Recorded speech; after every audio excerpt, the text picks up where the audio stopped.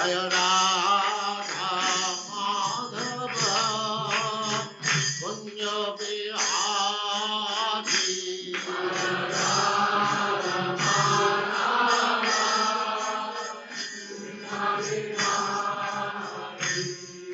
Jaya Radha Madhava Kunja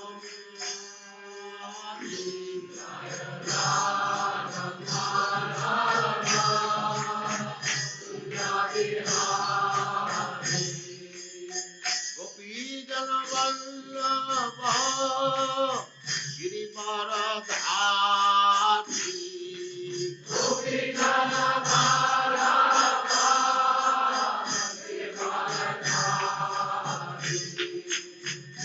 Jana Vallabha Girivaradhari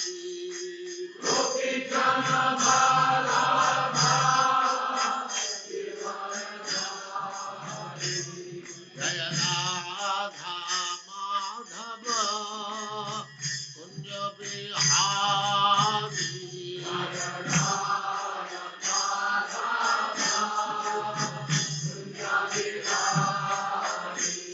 Jaya Radha Madhava Kunja Bihari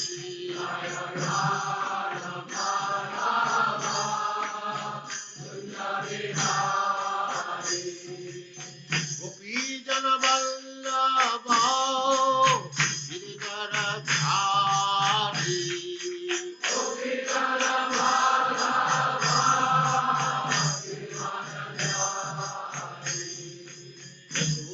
Yashodanandana Braja Jana Ranjana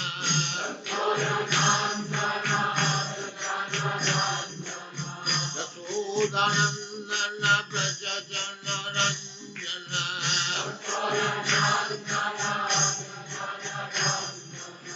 Jamuna Tira Vanachari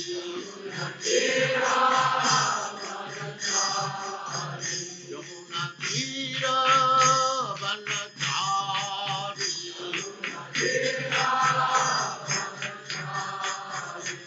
Jaya Radha Madhava Kunja Bihari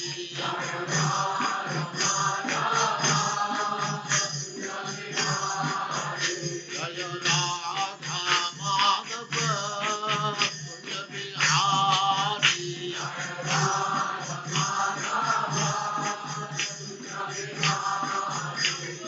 Gopi Jana Vallabha Girivaradhari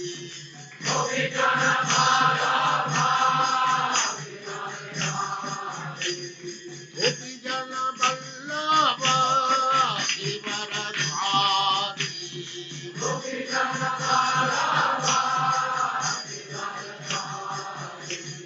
Yashodanandana Braja Jana Ranjana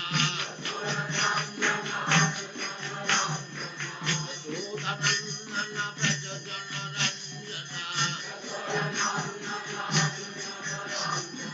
Jamuna Tira Vanachari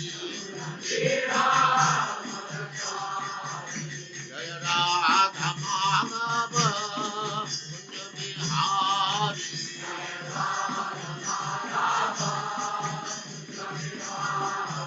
Jaya Radha Madhava Kunja Bihari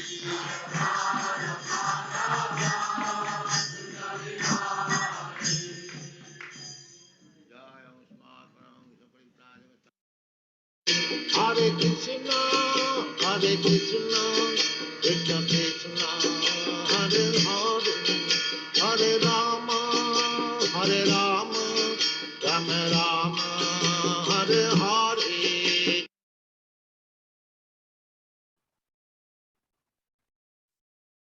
Hare Krishna. Welcome to all the devotees online. Thank you very much for your attendance. As we continue, Srimad Bhagavatam Canto 1, Chapter 10, verses 1 to 6, new chapter entitled Departure of Lord Krishna from Dwarka.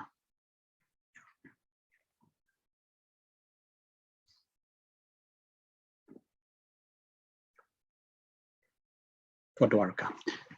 Let us cover the Mangalachan prayers. Om Gyanatimi Vandasya Gyananjana Shalakaya Chakshurun Militam Yena Tasme Shri Guruve Namaha Shri Chaitanya Manobistam Stapitam Yena Bhutale Swayam Rupa Kadamayam Dadati Swapadantikam Vandeham Shri Guru Shrutapada Kamalam Shri Gurun Vaishnavam Sha Shri Rupam Sagrajatam Sakana Ragunatam Vitam Tam Sanjeevam Sadvaitam Savadutam Parijana Sahitam Krishna Chaitanya Devam Shri Radha Krishna Padan Sagana Lalita Shri Vishakan Vitamscha He Krishna Karuna Sindhu Dinabandhu Jagatpate Gopesha Gopika Kanta Radha Kanta Namastute Tapta Kanchana Gourangi Radhe Vrindavaneshwari Vrishabhanu Sute Devi Pranamami Hari Priye Vanchakalpatarubhyascha Vipasindhu Vevacha Patitanam Pavinebhyo Vaishnavebhyo Namo Namaha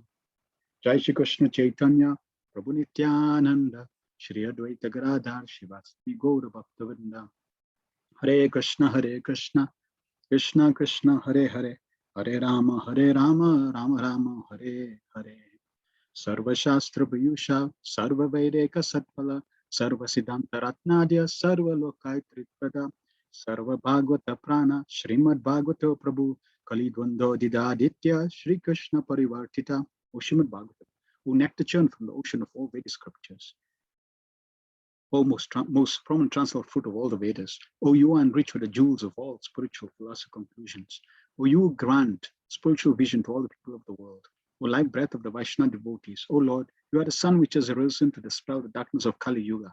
You are actually Lord Krishna who has returned amongst us. Paramananda Pataya Premava Shasharayate Sarvada Sarva Sevyaya Shri Krishnaya Namastate. O Srimad Bhagavatam, I offer respectful obeisance unto you. By reading you one attains transcendental bliss. For your syllables reign pure love of God upon the ear.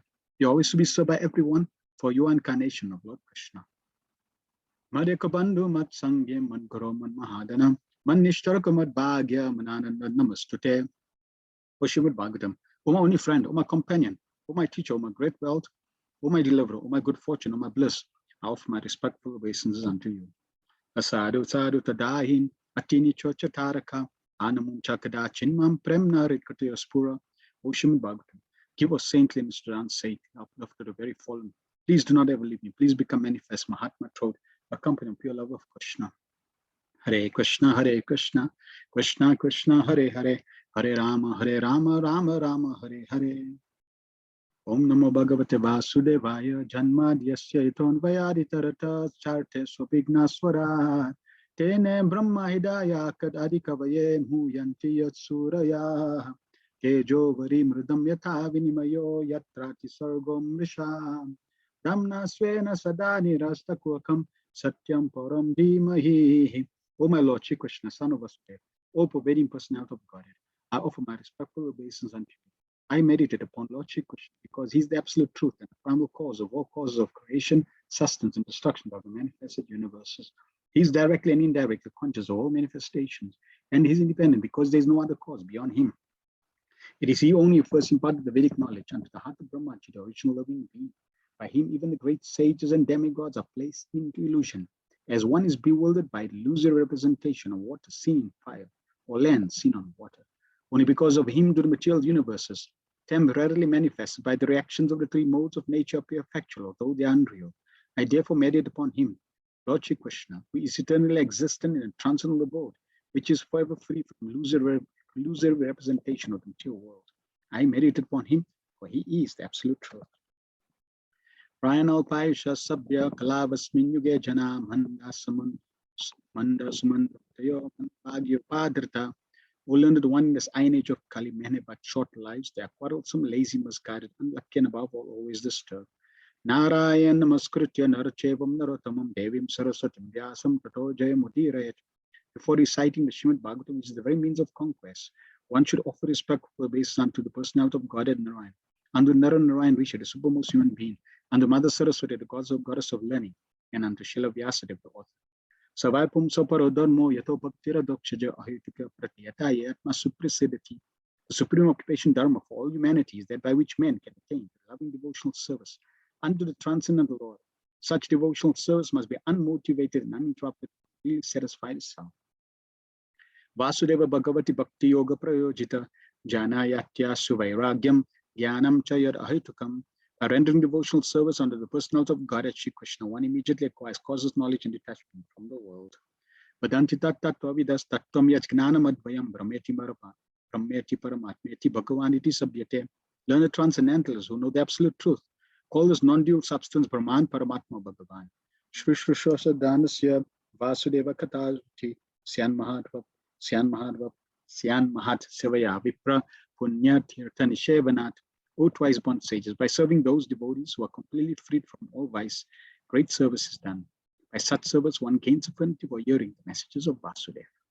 Shranvatam Swakata Krishna Punya Shravana Kirtana Redyantastoya Bhadrani Vidunoti Suritsatam.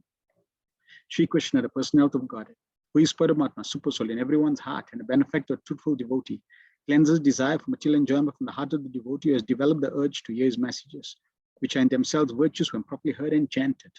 Nasta Prayashu Bhadreshu Nitam Bhagavata Sevaya Bhagavati Uttama Sloke Bhaktir Bhavati Nashtiki.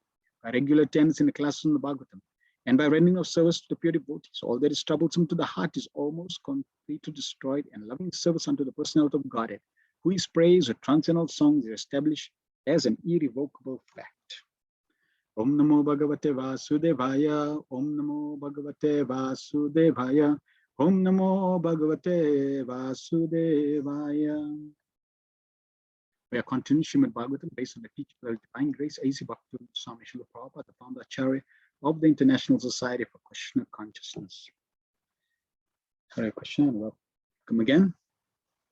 Let us share some feedback from last week's session, Canto 1, Chapter 9, verses 43 to 49. If anyone has anything that you would like to share, please type in the chat that which you remembered, that which you found very interesting, something that you like to remember or even apply in your own Krishna consciousness. Please share that in the chat.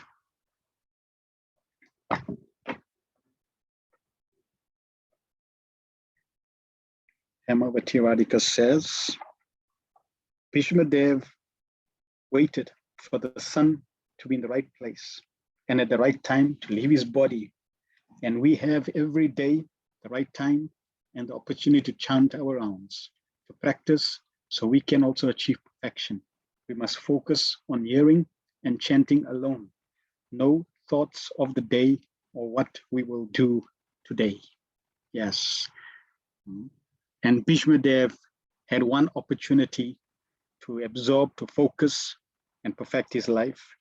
We are blessed that the Lord is giving us many days to practice. But when we understand that, when we realize that that is what we need to do, then focusing every day on the holy name of Krishna will not allow you necessarily to achieve perfection at a time of death. Why? Because focusing on the holy name every day itself is perfection. So that means you don't even need to wait for death. Just by daily focusing our attention during the time we are chanting the holy name or throughout the day itself is perfection. We don't need to wait for the time of death.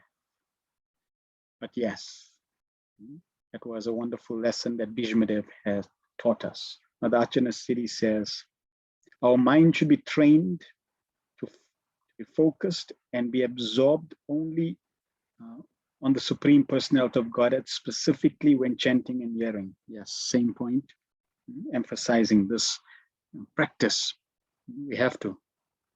And the mind's nature is chanchalam. Krishna says, chanchalam himana Krishna. Arjuna in Bhagavad Gita says, chanchalam himana Krishna. That the mind is very chanchala, very flickering, and very stubborn. So it does take some time. Prabhupada, in his humility, said it took him 40 years to perfect japa. So we have to consistently apply our mind, make the suitable arrangements, just like Bhishmadev made suitable arrangement according to time, place, and circumstance. So we also have to make suitable arrangements. Nalini Kanta Prabhu says, everyone has their own unique relation with Krishna. Focus on their own relationship, appreciate others' relationship. In Bhishmadev's prayers, he brought out one interesting perspective that, or in Prabhupada highlights in the purport, that Krishna has devotees who are serving him, and Krishna has devotee in the guise of enemies serving him. So everyone has their particular relationship, everyone has the unique relationship, and we should appreciate everyone that is somehow other connected to serving Srila Prabhupada, appreciate that and try to absorb, try to focus, try to enhance our relationship. The Lord is always there, footprints in the sand. We gave that analogy. He's more there when we're in difficulty. He's carrying us. We just don't realize it. Rasaraj Prabhu says, knowledge and detachment come from devotional service was also discussed last, yes, in our reference, Srimad Bhagavatam 117. When we apply ourselves nicely in Krishna consciousness, then the byproducts of devotional service, which are many, one is we get knowledge, and the other is we get detachment. So this is the byproduct of devotional service. In today's verses, we're going to see additional byproducts. And people say, oh, what's the benefit of becoming Krishna conscious? We're going to hear in today's verses, really, what is the benefit of becoming Krishna conscious? Shyamananda Prabhu says, we see how kind Krishna is to not only the devotees, but the demons or inimical parties. So many soldiers attained some type of liberation, and we hear about demons like Putana, Gasura, etc., how Krishna saw good in them and not bad. So even the smallest connection to Krishna is all befitting. By Srila Prabhupada's mercy, the whole world is being saved, one soul at a time. Yes. In fact, just by the devotees being present and chanting, that vibration, that is helping the whole planet.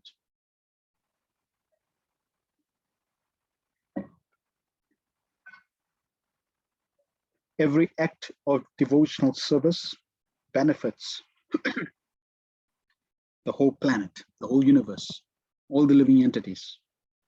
So even a single devotee can cause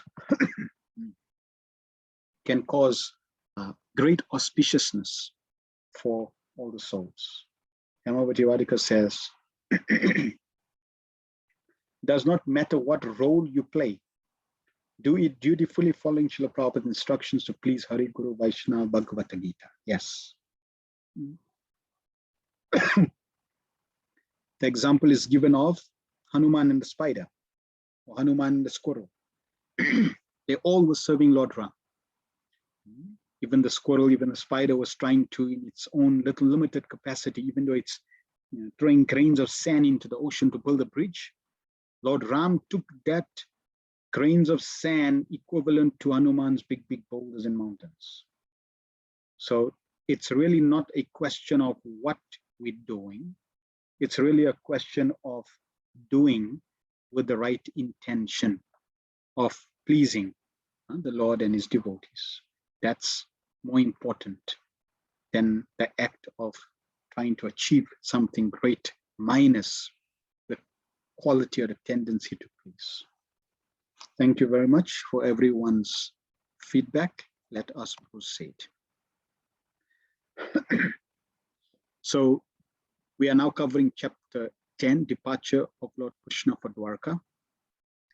And there are 5 sections in this chapter. We're going to be covering the first section, verses 1 to 6, Kingdom of Maj Yudhishthira. Very, very amazing and powerful purports. And there are some very important lessons in this chapters or in these verses, specifically This chapter 10 and chapter 11 is going to be covering what we call Viplaramba and Sambhog, separation and meeting. So Krishna is leaving Hastinapur, and the devotees in Hastinapur are going to be experiencing Viplaramba Bhav, separation, and Krishna is going back to Dwarka. So therefore, there the devotees are going to be experiencing Sambhoga, meeting. And these two aspects are there in the life, or in the journey of life, of love. These two banks, the bank of meeting and the bank of separation. Rasaraj Prabhu just gave his feedback. We should follow in the footsteps of Bhishma Dev and focus on Krishna at the time of death. So we're going to hear these two aspects and different devotees sharing about these two aspects of separation and meeting. Then there's also different points that come out in these verses we're going to read. A true leader, Prabhupada is going to be covering these different aspects. A true leader, the material world, Lord Krishna's role, how to approach the spiritual world, leadership training, importance of following an authority, principles of economic development, the importance of cow protection, autocracy, human civilization should depend on nature, sanction of the Supreme Lord, and Satan's philosophy and its reactions. So very, very amazing purports Prabhupada shares. Text 1. Shonako vacha atva swarikta spridhat atataino yudhishtiro dharma pratam varistitam sahanujai pratya varudha bhojana katam prita kim akarasit tata. Sonaka Muni asked, after killing his enemies who desired to usurp his rightful inheritance, how did the greatest of all religious men, Yudhishthira, assisted by his brothers, rule his subjects? Surely he could not freely enjoy his kingdom with unrestricted consciousness. So after Bhishma Dev left, Yudhishthira was enthroned, and now Shonaka Muni is inquiring. He's interested in how did Yudhishthira Maharaj actually rule the kingdom. Prabhupada in the purport, excuse me, Prabhupada in the purport says, Maharaj Yudhishthira was the greatest of all men, was the greatest of all men of religion. Thus, he was not at all inclined to fight with his cousins for the sake of enjoying the kingdom. He fought for the right cause because the kingdom of Hastinapur was his rightful inheritance, and his cousins wanted to usurp it from themselves. He fought, therefore, for the right cause under the guidance of Lord Shri Krishna. But he could not enjoy the result of his victory because his cousins were all killed in the fight. He therefore ruled over the kingdom as a matter of duty, assisted by his younger brother. The inquiry was important for Shonaka Rishi, who wanted to know about the behavior of Maharaj Yudhishthira when he was at ease to enjoy the kingdom. So very wonderful and important point is established here through the questioning of Shonaka Rishi. And that is in relation to the behavior and the reaction of Maharaj Yudhishthira. Now that he got the kingdom, practically the emperor of the whole planet, what did he do? How did he rule the kingdom? Because the tendency is in that situation to then enjoy. Because now there is no enemies, he's got power, he's got protection, everything is under his domain. So now he could have enjoyed all the facilities, the pomp ceremony, luxury, even go to the extent of exploiting. So the question was posed by Shonaka Rishi: did he exploit? Was he negligent? Was he dutiful? What did he do? We're interested.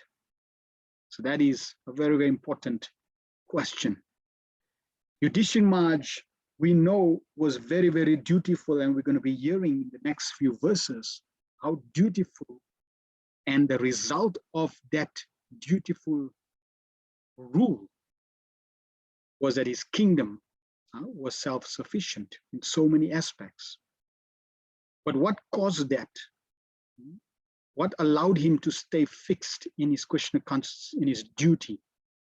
And that is the fact that he was a devotee of Krishna, surrendered to the Supreme Lord, representing the Supreme Lord.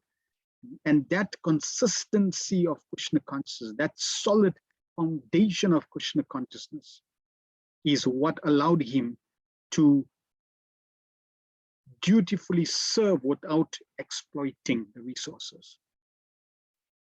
We find that when there is challenges, we have the tendency to escape. And when we have resources, we have the tendency to exploit. So one is we have a tendency to neglect, to avoid, and the other is we have the tendency to exploit, to become proud and negligent. King Maharaj Yudhishthira was completely Krishna conscious, and therefore he did not fall prey to negligence, and neither did he fall prey to exploitation. We find Srila Prabhupada also in his own life. For 40 years, he was tested and tried. He was trying to spread Krishna consciousness, and with really very little success.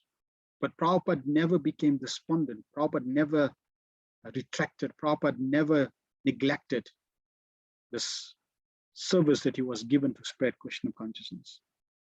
At the same time, we find Prabhupada was tested again when he was successful in the West, and he was given so much opulences, so much resources, so much success. Yet Srila Prabhupada never exploited that. Why? Because he was consistent. Or we could say he was consistently Krishna conscious. He was fixed in his Krishna consciousness. And during, a few weeks ago, we celebrated Ram Navami, and we shared this point that in Ramayana, we find these three dimensions of life, three different places of where people are living their lives. One is Ayodhya, other is Kishkinda, and the other one is Lanka.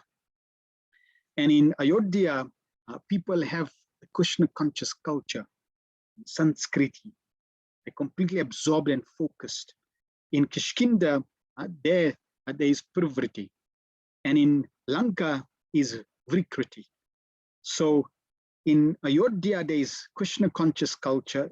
And in Lanka, there is no Krishna conscious culture. And in Kishkinda, there is this in-between pathway, which is like where we are in the material world. We can be and we can't be. So in Ayodhya, which Yudhishthira Maharaj has established that Ram Rajya, that complete Krishna conscious culture, because of him being Krishna conscious, he was able to live with consistent service to Krishna. Lanka, we find Ravana was devoid of Krishna consciousness. He was devoid of serving Lord Ram. And therefore, in Lanka, everything was based on sense gratification, exploitation, demonic tendencies. Now in Kishkinda, we find that there is this forgetfulness. Lord Ram came into Kishkinda, he befriended Sugriv, and we find that Sugriv was happy when Lord Ram was there and serving Lord Ram, but when he received the kingdom of Kishkinda, then he forgot. So this is the middle ground where we forget to be Krishna conscious. So our goal is to consistently remind ourselves to be Krishna conscious. We're not even trying to be Krishna conscious. We are simply trying to remind ourselves of being Krishna conscious. Therefore, regular association, regular contact with Srila Prabhupada's books, regular contact with devotional service, regular chanting Hare Krishna is very, very important to keep reminding ourselves that I'm a servant of Krishna. I need to serve Krishna. I'm a servant of Krishna. I need to serve Krishna. Because in Kishkinda, the tendency is when things go well, you have the tendency to forget. And Lord Ram sent Lakshman to remind Sugriv about his promise. So we are constantly being reminded by Srila Prabhupada. And through these great examples in the Bhagavatam, like Bhishmadev, Queen Kunti, Yudhishthir Maharaj, how to be Krishna conscious, how to keep Krishna always in our consciousness. Even when we're rendering service, the tendency is we're rendering service and we're speaking prajalpa. We're rendering service and we finding fault with others. We're rendering service and we are distracted. When we're rendering service, we should be reminded of who the service is for. We should be reminded that this is for the pleasure of Krishna. So Krishna needs to come in that picture. That is why Lord Krishna also told Arjuna, shoot your arrows and think of me. It's not just the act of service, but also the remembrance. Now, there are four, Srila Bhaktivinoda Thakur describes the different anarthas, and one category of anartha is Tattva Brahma, which has four divisions, and we find Yudhishthira Maharaj was above these four impurities. And because he was above these four impurities as a leader, he was able to rule very successfully. So every leader must rise above these four tendencies in order for them to lead successfully. What are these four? Swatattva Brahma, illusion about one's own identity. If you have no idea of your own identity, you cannot lead.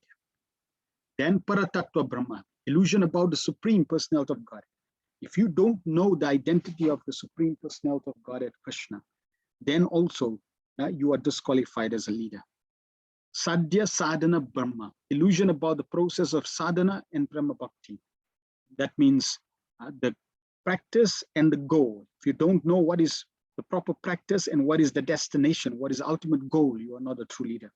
And Virodhini Vishaya Brahma, illusion regarding subjects unfavorable to Krishna consciousness. If you don't know what are the different obstacles that can stop your Krishna consciousness, then also you are not a true leader. Are the four kinds of illusion found in conditioned soul. So a true leader, he rises above, he overcomes these four categories of illusion, ignorance that conditions one, because in a conditioned state, it becomes very difficult to rule and guide your citizens to a higher level of Krishna consciousness. Yudhishthira Maharaj was the emblem of Dharma, completely surrendered to the Supreme Lord, and therefore he was able to lead his subjects in a very, very exemplary way. Prabhupada says in his lectures, Dharma Yudh means religious fight on religious principles. So fighting whimsically by politicians, that is not sanctioned. There must be Dharma Yudh. Dharma Yudh means religious fight on religious principles. So what was the religious principle? It is said, Hatva Atataina. Atatain means aggressor. If somebody comes to your home, kidnap your wife, take by force your property or to set fire in your house, this is called Atatain. He should immediately be killed. So Yudhishthira Maharaj, Dharma Britam Varishta, he was so strictly followers of religious principles that when even Krishna advised him that you go and say some lies to Duryodhana, say some lies to Dronacharya, because Dronacharya will not believe anyone. You say and go there that your son Ashwatthama is dead. And Yudhishthira Maharaj hesitated that how can I say this lie? Of course, this is too much following religious principles. This is also another instruction. When Krishna said that you go and speak the lies, he should have done immediately. That is dharma, because dharma tu shakshat bhagavat pranita. Dharma means which is given by the Supreme Personality of Godhead. That is dharma. We'll find that through these different verses, Srila Prabhupada is going to bring out the instructions on how leaders can guide citizens. Prabhupada often in his purports would say Bhagavatam is covering all subjects, not just how to be Krishna conscious, but Bhagavatam is covering every facet of one's existence. It is complete scripture, it is purnam, it is pure and perfect. So it's guiding every facet of one's existence. And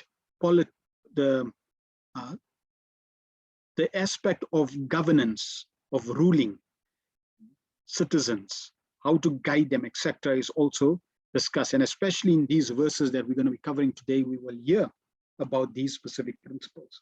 So here Prabhupada is bringing out the fact about religious fight. Religious fight means fighting against aggressors, not just fighting against innocent people, or not just fighting for gaining some power, right? But fighting aggressors. Otherwise, that fight is not religious. It is not dharma yuddha. Second point Prabhupada brings up, which is very important, is that dharma, following the Lord, is true religion. And true religious principles can only be created by the Supreme Lord. Dharmam tu shakshat bhagavat pranita. Only the Supreme Lord can establish religious principles, which implies that in this example Prabhupada gave, which we also shared previously, is when Krishna requested Yudhishthira Maharaj to say a lie, he should have immediately acted on that. Why? Because that is dharma. Now, Yudhishthira Maharaj was the emblem of dharma. He knew perfectly what dharma is. But the Lord is using him in this example to teach us through him what is true dharma. So dharma does not mean, oh, I am very truthful, I will not lie. No, that is not dharma. That is not being religious. Religious means I will do whatever the Lord desires me to do. That is dharma. If the Lord desires that I speak a lie in a certain circumstance, then so shall it be. That is dharma. Then Prabhupada in another excerpt says, of all the followers of religious principles, he is foremost. So here Yudhishthira Maharaj, dharma pratam varishta. Of all the followers of religious principles, he is the foremost, varishta. So he was very sorry that for my sake, for enthroning me, oh, so many people have given their lives. Therefore, in our Shastra, when you commit some necessary sinful activities, to counteract it, a fasting is recommended. Therefore, Yudhishthira Maharaj was observing fasting, taking little necessities. Therefore, Shonaka Muni is inquiring about Sahanujay, Pratyavaruddha, Bhojana Katham, Pravritikim, Akarasa Tata. When he was undergoing some prayaschitta system, how did he take the reins of ruling over the kingdom? That was his inquiry. Prabhupada is making another important point in this accept, and that is, if we perform some sinful activity, we have to counteract it. Otherwise, we will get reaction for that. And here in Yudhishthira Maharaj's example, he counteracted the reactions that he thought he incurred because he felt it was him who caused the war. And therefore, taking that blame upon him, he decided to fast. So fasting is one way to eradicate unintentional sinful activities, or even if one knows one engaged in sinful activities, then fasting is also beneficial. Now, in Krishna consciousness, we do not prescribe different process of atonement. In Act of Instruction and even in Srimad Bhagavatam, this point is discussed between Maharaj Parikshit and Sukadeva Goswami. And Maharaj Parikshit says that what's the use of an elephant bathing? And when the elephant bathes, it comes out and it throws more sand on itself. So what's the use of that bathing? Similarly, atonement helps one counteract the sinful reaction, but it does not remove the desire of that activity, sinful activity. So we need to practice Krishna consciousness, especially chanting the holy name of the Lord, which not only destroys the sinful reaction, but also eradicates and destroys the seed of desire for performing sinful activities. Text 2. Suto vacham vamsam kuror vamsa davagni ritam samroha itat hitva samro itva bhava bhavo no hari niveshaya itva nija rajyo ishwaro yudhishtiram pritamana babhuvaha. Sutta Goswami said, Lord Shri Krishna, Supreme Personality of Godhead, who is the maintainer of the world, became pleased after re-establishing Maharaj Yudhishthira in his own kingdom and after restoring the Kuru dynasty, which had been exhausted by the bamboo fire of anger. So here we have the analogy of the bamboo fire, bamboos.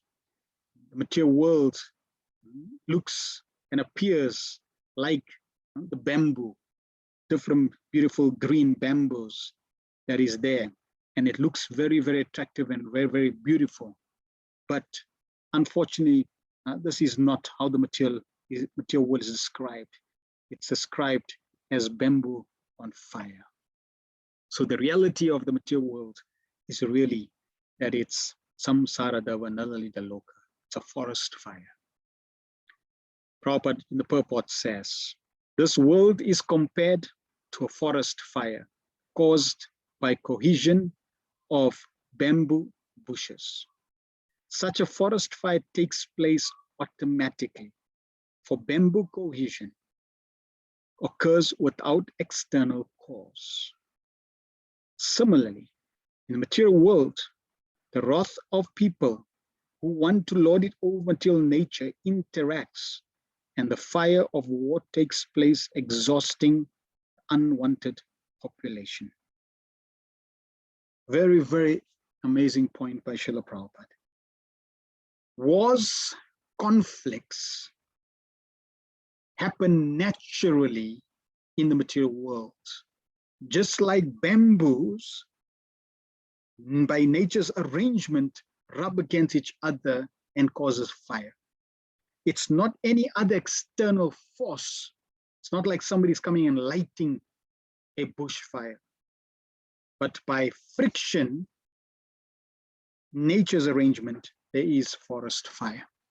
Similarly, due to the nature of people wanting to lord over material energy, I want to exploit the resources. And because everybody has this mentality of exploiting resources, then this attitude of exploitation by nature's arrangement causes war. And war then causes the extinction of population and harm to the innocent, so-called innocent population. Then Prabhupada continues, such fires or wars take place and the Lord has nothing to do with them.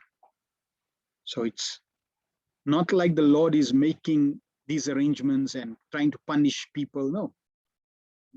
It is simply the nature of people's exploitative mentality that causes such unwanted situations.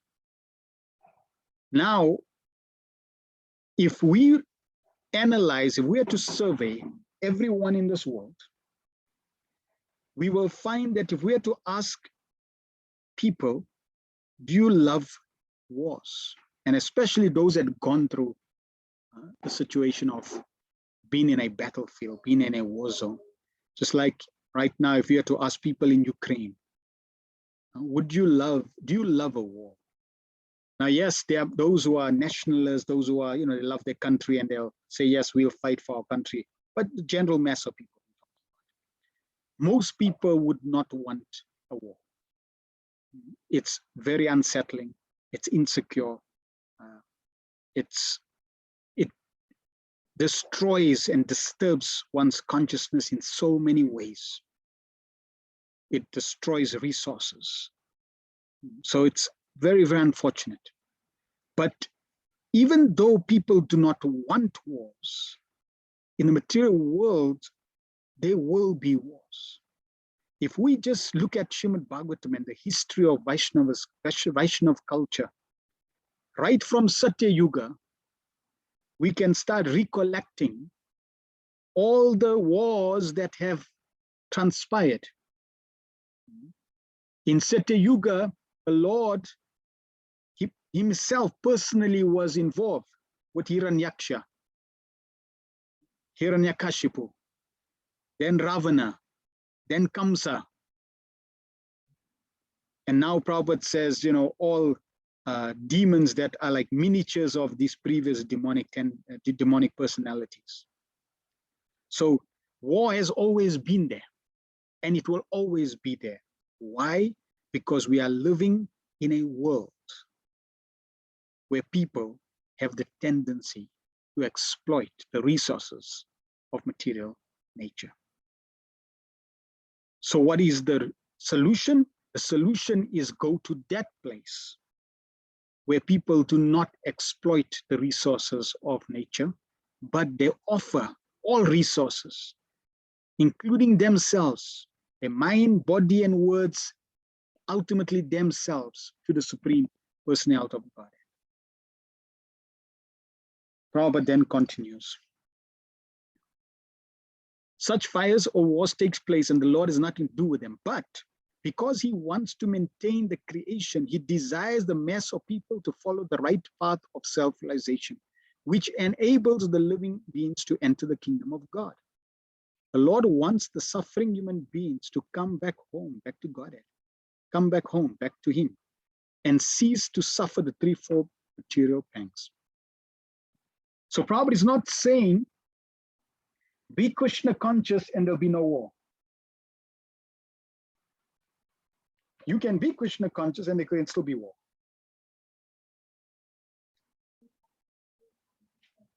If the whole world is Krishna conscious, then there may still be war because they are souls in other planets. If the whole universe is Krishna conscious, then there may be war because there may be aliens coming into the universe. So we are living in a material creation that will always be plagued with this challenge. The secret is to leave the material domain, is to leave the material plane of consciousness and to rise or transcend the material consciousness of exploitation. We also have to see within our own consciousness, where is my consciousness? Am I living in a consciousness or frame of consciousness of exploiting the resources? Or am I living in a consciousness of serving the Supreme Personality of Godhead? Do I exploit the body, mind, and senses for my sense gratification or not? Because if I have that same mentality in me, then that means there will be also war. with your own consciousness. There will be war between family members. There will be war between friends, because you have that consciousness of exploitation.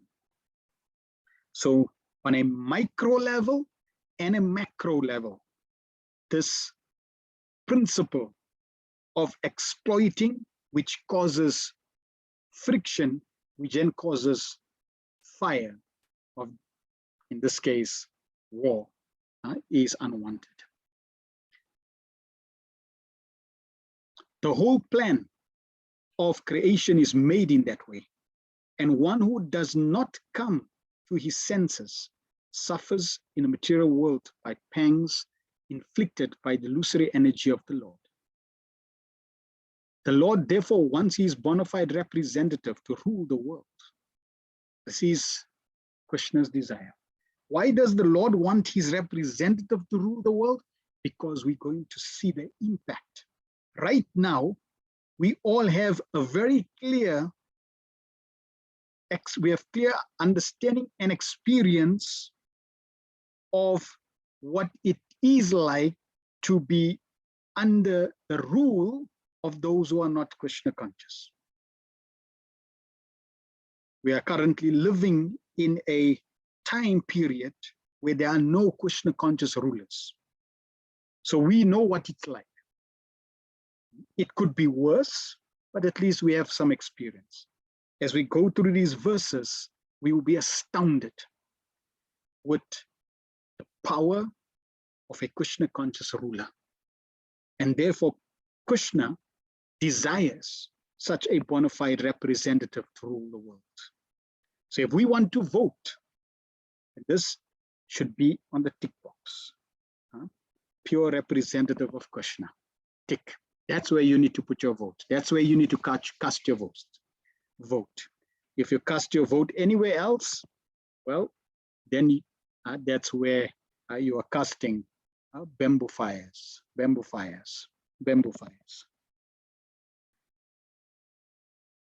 Lord Shri Krishna descended to establish this sort of regime and to kill the unwanted persons who have nothing to do with his plan.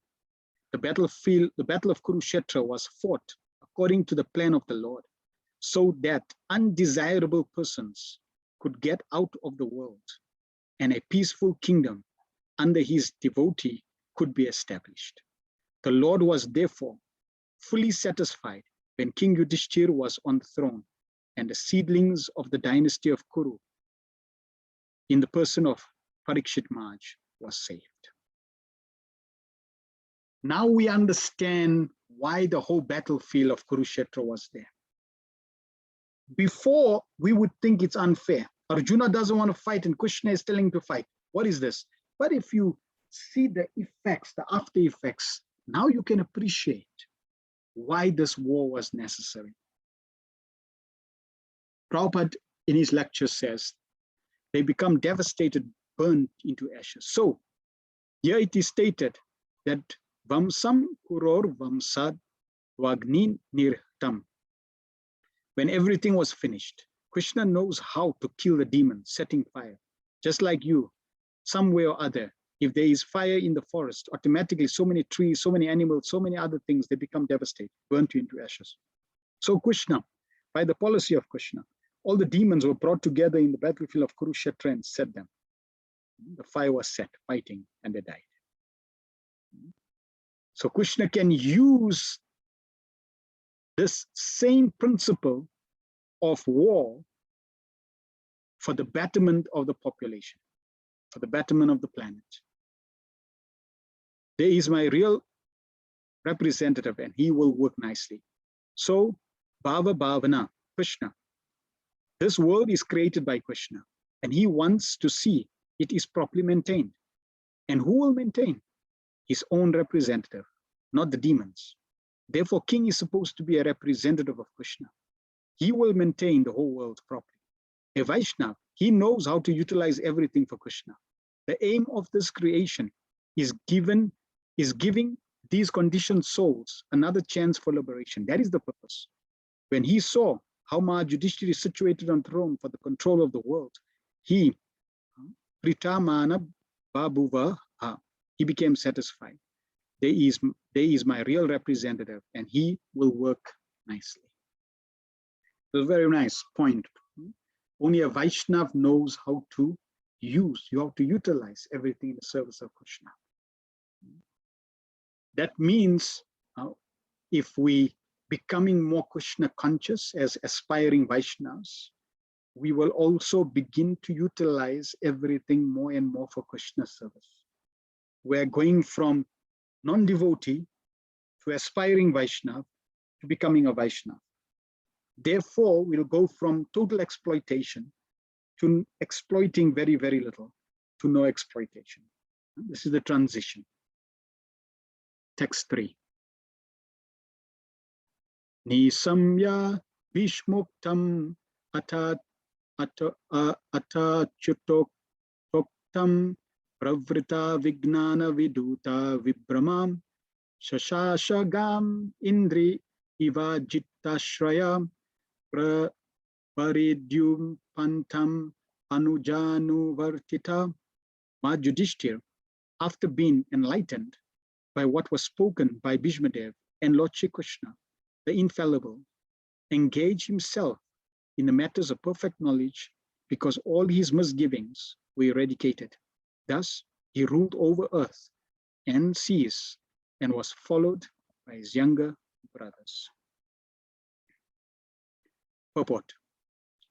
The modern English law of primogeniture, or the law of inheritance by the firstborn, was also prevalent in those days when Yudhishthira ruled the earth and the seas. In those days, the king of Hastinapur, now part of New Delhi, was the emperor of the world, including the seas, up to the time of Maharaj Parikshit, the grandson of Maharaj Yudhishthira. Maharaj Yudhishthira's younger brothers were acting as his ministers and commanders of the state. And there was full cooperation between the perfectly religious brothers of the king. Maharaj Yudhishthira was the ideal king or representative of Lord Shri Krishna to rule over the kingdom of the earth, and was comparable to King Indra, the representative ruler of the heavenly planets. The demigods like Indra, Chandra, Surya, Varuna, and Vayu are representative kings of different planets of the universe. And similarly, Maharaj Yudhishthira was also one of them, ruling over the kingdom of the earth. Maharaj Yudhishthira was not a typically unenlightened political leader of modern democracy. Maharaj Yudhishthira was instructed by Bhishmadev and the infallible Lord also, and therefore he had full knowledge of everything in perfection. So here we are in the verse, Sukadeva Goswami is comparing Maharaj Yudhishthira to even the king of heavens, King Indra. Yudhishthira Maharaj is even more exalted than the king of Indra because not only is he ruling expertly, but he's a pure devotee of the Lord. The demigods are generally classified as circum-devotees and not pure devotees. So therefore, Maharaj Yudhishthira is even of a higher caliber and of a higher level. Maharaj Yudhishthira was enlightened by Bhishmadev and by the Lord. So a leader has to be enlightened.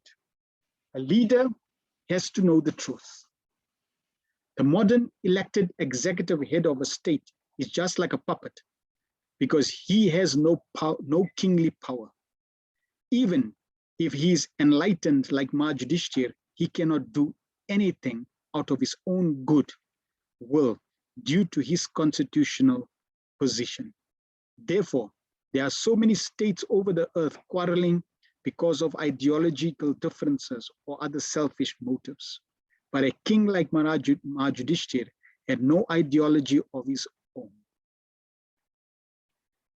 We see here Prabhupada is pointing out the exact situation where we have leaders, but the leaders are simply pawns there for those in power above them to control and play out their agenda. they really have no real kingly power to decide what to do according to their own desire and ideology. They are told what to say, they are told what to do, and they are controlled. This is the situation in the material world, in the modern elected executive system that we have. In Mahajudhisthira's case, he had the full kingly power, but even though he had the full kingly power, he did not create his own ideology. Prabhupada says he had but to follow the instructions of the infallible Lord and the Lord's representative and authorized agents, Bhishmadev. So that is the ideology that should be applied and followed by the leaders and everyone else. You find in a family, many people have this conflict of whose ideology I need to follow.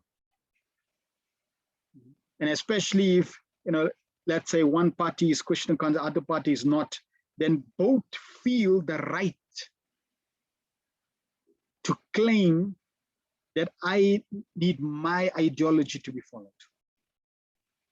So here is the standard. The standard is, it's not your ideology and it's not my ideology.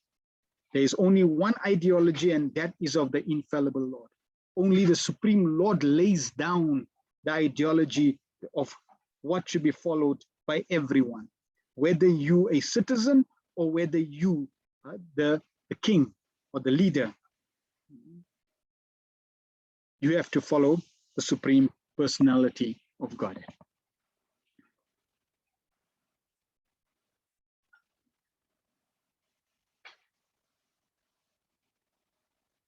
But like a king, therefore, there are so many states. Okay, I'll just read. Even if he's enlightened like Mahajudhisthira, he cannot do anything out of his own good will due to his constitutional position. Therefore, there are so many states over earth quarreling because of ideologies different or other selfish motives. But a king like Mahajudhisthira had no ideology of his own. He had but to follow the instructions of the infallible Lord and the Lord's representatives and authorized agents, Bhishmadev. It is instructed in the Shastra that one should follow the great authority and infallible Lord without any personal motive or manufactured ideology. Therefore, it was possible for Mahajudhisthira to rule the whole world, including the seas, because the principles were infallible and universally applicable to everyone. When Krishna lays down the laws, the ideology, it is not sectarian. It is beneficial for everyone and it is applicable for everyone. We find in today's world, when a political party lays down their ideology, then it may be sectarian, it may be favoritism, it may be for a specific group of people at the cost of the lives of others. So Krishna's ideology is perfect and complete. The conception of one world state can only be fulfilled if we can follow the infallible authority. An imperfect human being cannot create an ideology acceptable to everyone. Only the perfect and the infallible can create a program which is applicable at every place and can be followed by all in the world. It is the person who rules and not the impersonal government. If the person is perfect, the government is perfect. If the person is a fool, the government is a fool's paradise. That is the law of nature. There are so many stories of imperfect kings and executive heads. Therefore, the executive head must be a trained person like Mahajudhisthira, and he must have full autocratic power to rule over the earth. The conception of a world state can take shape only under the regime of a perfect king like Mahajudhisthira. The whole world was happy in those days. because there were kings like Yudhishthira to rule over the world. So very beautiful, our Prabhupada says, if a person is a fool, then the government is a fool's paradise. If the government is a joke, then he has jokers around him. This is the nature and the state of those who are not Krishna conscious. So we want to establish kings like Yudhishthira Maharaj, rulers like Maharaj Yudhishthira. Because if they are in power, they should be in power because they are pure representatives of Krishna. At the same time, they should have the kingly power to enforce power. So we have those who are happy to follow the king, who is Krishna conscious, and we have those who don't want to follow, but they'll be forced to follow because of the king's power. That power is there, used in the right way to guide people to live in a Krishna conscious ideal. Prabhupada in his lecture says there was only one flag. So Maharaj Yudhishthira ruled over the earth. Now, how? It is clearly stated. Paridyu Pantam, up to the limit of the seas. That means all the seas, the Atlantic Ocean, the Pacific Ocean, the biggest ocean, and the Indian Ocean. That means the whole world. Here is the proof that formerly the emperors in Hastinapur, Maharaj Yudhishthira, he ruled over the whole world. There was only one flag. That is also stated. Up to the time of Maharaj Parikshit, there was no division. The whole world was Bharatvarsh. And the emperor of Hastinapur, they ruled over. Paridyu Pantam, Anujanu Vartita. Prabhupada would often go and see the United Nations. And Prabhupada say, every time I come, they add new flag. So United Nations supposed to be uniting. It looks like they're dividing. There's more flags than previous year. So they're not uniting, they're dividing. One flag means everyone is abiding by the Krishna conscious ruler. Maharaj Yudhishthira personally, he did not fight. He was not alone. His brothers, Arjuna, Bhima, Nakula, Sahadev, great fighters, great commander-in-chiefs, generals, they were at his command. Anu Janu Vartita. Whatever Maharaj Yudhishthira will order, otherwise, how could he manage such great empire? He had generals and commanders-in-chief like Arjuna and Bhima, indefatigable. Now nobody could conquer Arjuna or Bhima also. Maharaj Yudhishthira personally, he did not fight. His brothers were sufficient to fight for himself. As in the battle of Kurukshetra, he was not fighting, but his brother Arjuna and Bhima was fighting. Maharaj Yudhishthira also, when he was assured that I am also protected by Krishna, I am also enlightened by the instructions of Bhishma, my brothers, such big brothers, Bhima and Arjuna, they will follow my instructions. In this way, when everything was in complete Vignaya Viduda Vibrama, then he decided, then he accepted the throne. This is monarchy. This is king.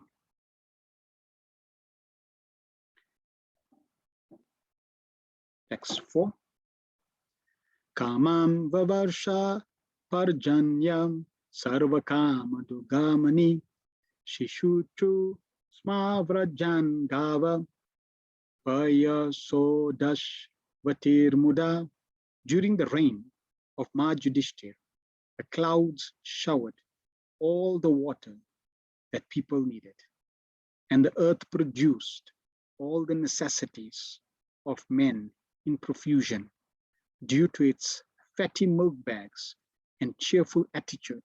The cow used to moisten the grazing ground with milk. Kamam Bavarsha. It was raining desires, not just raining water, it was raining desires. That means everyone's desires, material desires, was fulfilled. So here we are now seeing the result of such a king ruling the planet, Srimad Yudhishthira. Because he was a Krishna conscious ruler, then and following Dharma, very dharmic, following Krishna consciousness. From Dharma comes Artha, opulences. And we see now practically inconceivable, abundant opulences being provided by nature, so that karma, all material desires, could be fulfilled. Prabhupada now talks about the principle of economic development. The basic principle of economic development is centered on land and cows. The necessities of human societies are food grains, fruits, milk, minerals, clothing, wood, etc. One requires all these items to fulfill the material needs of the body. Certainly, one does not require flesh and fish or iron tools and machinery. During the regimes of Maharaj Yudhishthira, all over the world, there were regulated rainfalls. Rainfalls are not in the control of human beings. The heavenly kingdom, Indradev, is the controller of rains, and he is the servant of the Lord. And when the Lord is obeyed by the king and the people under the king's administration, they are regulated rains from the horizon. And these rains are the causes of all varieties of production on the land. Not only do regulated rains help ample production of grains and fruits, but when they combine with the astronomical influences, there is ample production of valuable stones and pearls.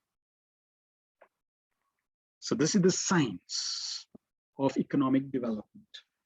When there is Krishna consciousness, then automatically nature's laws and those who are controlling these laws or supervising these laws, they all abide and support the Lord's desire.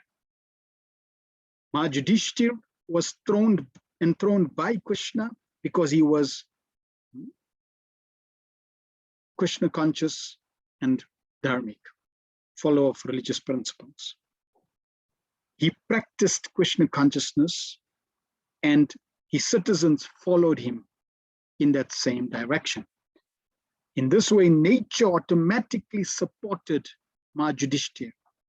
And nature is under the control of the different demigods. And because demigods are simply agents of the Supreme Lord to follow the desires of the Lord, they made sure that according to the desire and the service of the king, they also provided ample rain. And that ample rain not only produced grains and fruits, nourishing the earth, but we know at certain constellations, just like during the Rohini constellation, when that rain falls on a serpent, jewel is formed on elephant or even in oyster. So according to different constellations that are there, then when the rain falls during that specific constellation, jewels are formed, stones, valuable stones and pearls.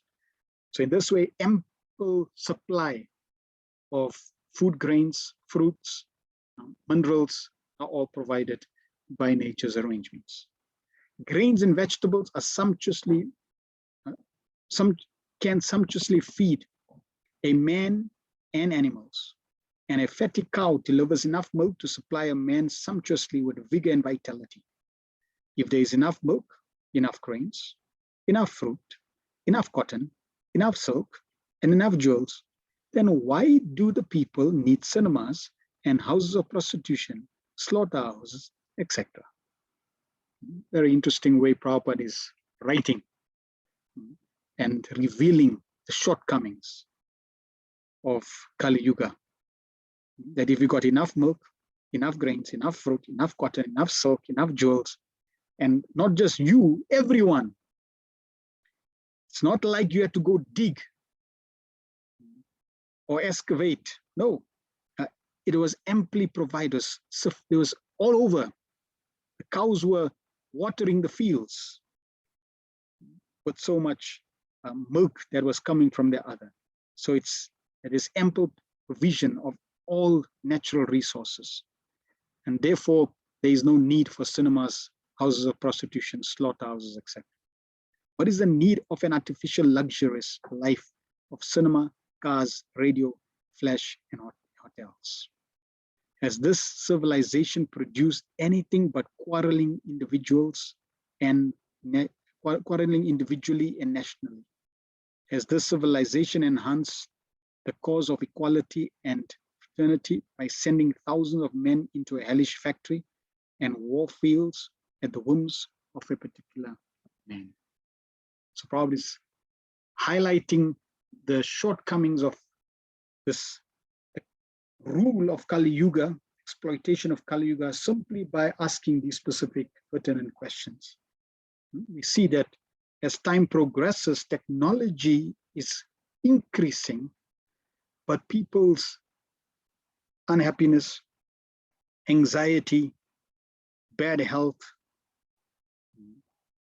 conflicts, that's increasing more and more.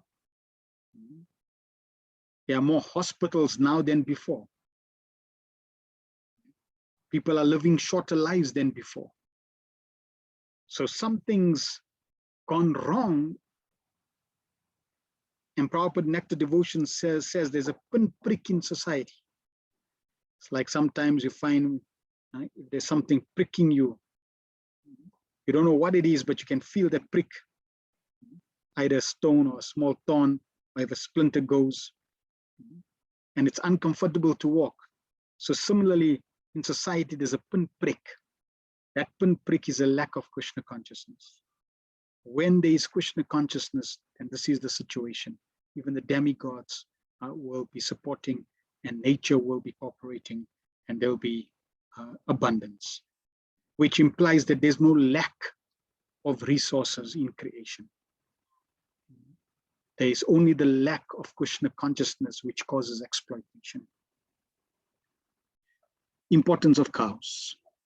It is said here, Prabhupada continues, that the cows used to moisten the pasturing land with milk because their milk bags were fatty and the animals were joyful. Do they not require, therefore, proper protection for a joyful life by being fed with sufficient quantity of grass in the fields? Why should men kill cows for their selfish purposes? Why should men not be satisfied with grains and fruits and milk, which combined together can produce hundreds and thousands of palatable dishes? Why are there slaughterhouses all over the world to kill innocent animals? Maharaj Parikshit's grandson, Maharaj Parikshit, grandson of Maharaj Yudhishthira, while touring his vast kingdom, saw a black man attempting to kill a cow. The king at once arrested the butcher and chastised him sufficiently. Should not a king or executive head protect the lives of poor animals who are unable to defend themselves? Is this humanity? Are not the animals of a country's citizens also? Then why are they allowed to be butchered in organized slaughterhouses? Are these the signs of equality, fraternity, and non-violence? Therefore, in contrast with the modern advanced civilized form of government, an autocracy like Maharaj Yudhishthira's is by far superior to a so-called democracy in which animals are killed and men less than animals is allowed to cast votes for another less than animal man. We are all creatures of material nature. In Bhagavad Gita, it is said that the Lord himself is the seed-giving father, and material nature is the mother of all living beings in all shapes. Thus, Mother Material Nature has enough foodstuffs for both the animals and for men, by the grace of the Father Almighty, Shri Krishna. Human being is the elder brother of all living beings, He is endowed with intelligence, more powerful than animals for realizing the cause of nature and the indications of the Almighty Father.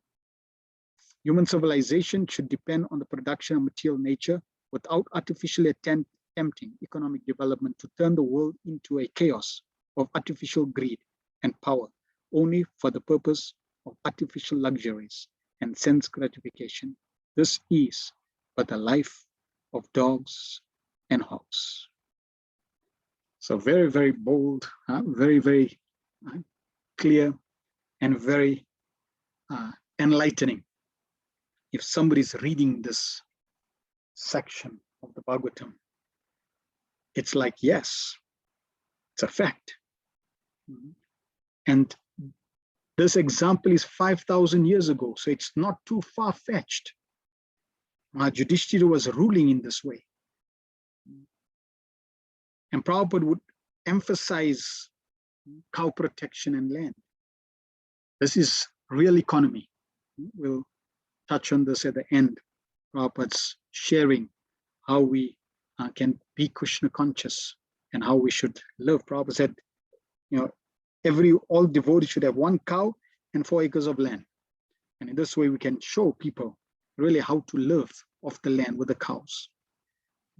There's one family in India, they have a specific mango orchard, and they have so many cows. So they allow the cows' milk to water the orchard. And those mangoes are sold like 4 or 5 times the price of normal mangoes, because they're nourished by the milk of cows, and they taste more relishable, they taste more juicy. The taste is very, very wonderful because it's been watered by the cows.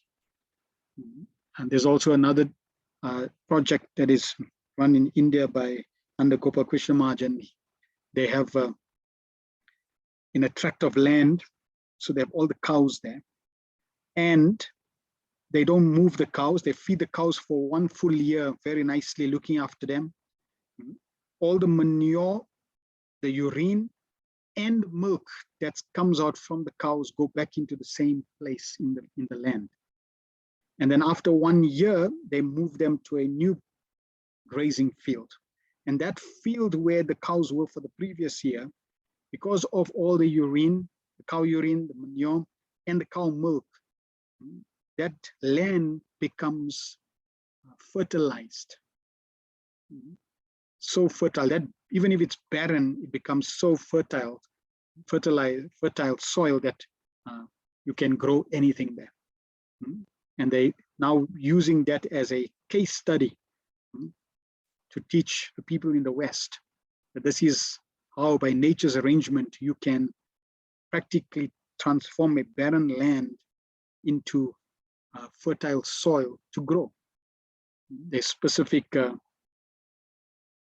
insects in the cow dung that can make holes, practically dig like 4 feet in the ground, and this way they can then fertilize or facilitate the fertilization of the land.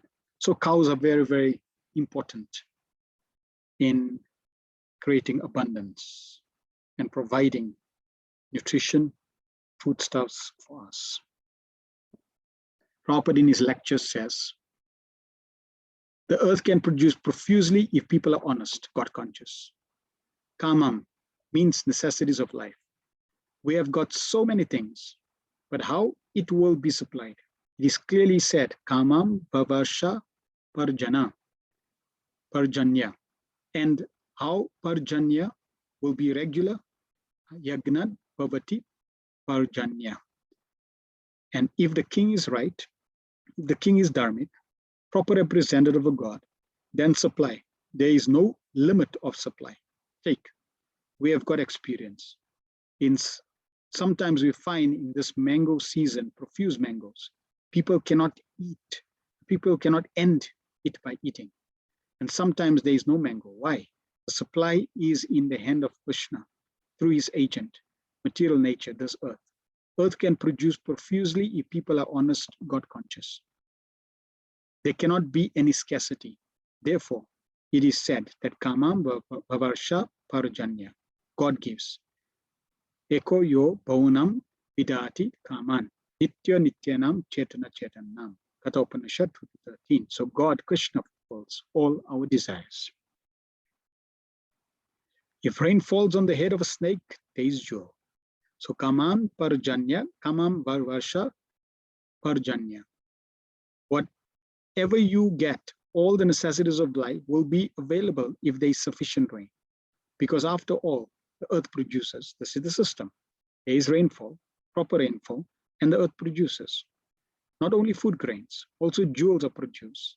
Those who are astronomers, they know under certain constellation of stars, if the rain falls on the head of a snake, there is a jewel. If the rain falls on the head of an elephant, there is a jewel. Then in the sea, also pearls, they are produced. It is all due to rains. Nature's restriction of supply, and people become demonic non-devotees, demons, non-devotee. So Kamam Vavarsha, Kamam Vavarsha. We require so many things. Krishna is prepared also to supply. Nature is there. But even Krishna wants to supply. If you do not become devotee, nature will restrict. No, that is the proof. When there was less supply, Maj Prithu wanted to kill Prithvi. She explained that why you are after me, it is my duty. Now there are only demons. I don't want to give food to demons. I want to give foodstuffs to devotees, she said. So nature's restriction of supply will be there and people become demons, non-devotees. So very clear. If we abide by the Lord, surrender to the Lord, devotees of the Lord, then there will be abundance. If we become non-devotees, demons, then nature's arrangement will be a restriction. So the economic problem can be solved simply by becoming Krishna conscious. This is another benefit of becoming Krishna conscious.